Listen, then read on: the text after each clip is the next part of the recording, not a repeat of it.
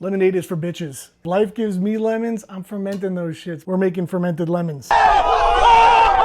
This is one of my favorite condiments. It can literally go in anything savory. You're gonna end up with a nice, funky, soft flavor profile that you really can't replicate any other way. We're gonna do a simple lacto ferment, and what lacto ferment is, we're using salt to ferment the lemons, and we're gonna do about a 30% brine. This is gonna be about 1/3 of a cup of kosher salt to about 6 lemons total. It doesn't need to be super precise in this case because the lemons are so acidic that you're not gonna do real damage, but this is the recipe I've always used. You wanna be a little more precise when you're lacto fermenting things that have less acidity than a lemon. So we're gonna start by first taking these stupid fucking stickers off of the lemons. Don't we live in the future? We need a UPC code on every single piece of produce that we buy. It's ridiculous. I know the scanners can identify what I'm putting on there because every time I try to steal something, they catch me. All right, so you can cut these a myriad of ways. Feel free to cut them into wedges. Feel free to cut them into halves, whatever your preference is. I like to cut them into quarters. I find that yields the best product for me.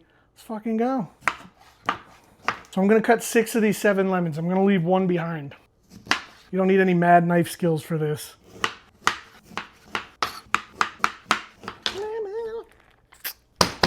Hair on the chest. Fuck, I'm awake. All right, so we're gonna start layering these. You could do so. We're gonna start layering these lemons into the mason jar. So basically we wanna get 1 nice layer, okay? Then once we get 1 nice layer, we're gonna sprinkle just about 1/4 of the salt on there. The chosen weapon of Italian grandmothers everywhere. You just wanna squeeze to get some of the juice out, right? Once you have your first layer done, you're just gonna do another layer, another 1/4, 1/5 of the salt. And we're gonna squeeze again. Woo!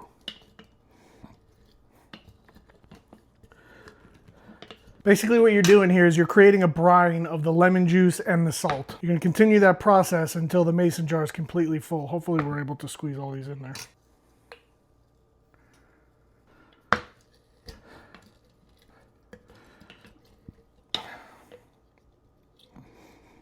Look at that, see all that liquid?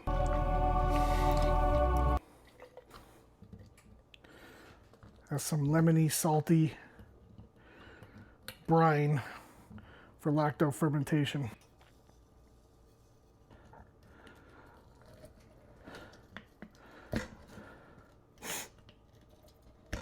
Oh yeah, I can tell these are gonna be great. This is let's squeeze the last bunch of lemon wedges in there. Last bit of salt. And here we go. Squeeze. Squeeze. Squeeze your way to shapely hips and thighs. Squeeze. All right, this last lemon we're reserving just for the juice, okay? So we're gonna cut this bad boy in half and just squeeze it right into there. You wanna make sure that the juice is above the top of the lemons. We're gonna be flipping it daily for the first week or so to make sure that none of the lemons are sticking out of the brine for too long, because that's what'll cause them to start molding. But just to be on the safe side, whoops, just to be on the safe side, we're gonna squeeze that last lemon in there. This is a perfect amount. We have our lemons in our brine. We are well on the way to lacto fermentation. We're gonna seal that up. I like to give it a good shake just to get all the salt that settled to the bottom to enter the brine. Now this is going to be stored in a cool, dry place for about a week, and every morning we're gonna flip it. The lemons that are on the top one morning are now on the bottom the next morning. As the days go on and as the salt reacts with the lemons, there's gonna be more and more juice in here, but this is just a good way to make sure that we're being as safe as possible because we are leaving these out. There is a risk for cut produce being left out. The risk is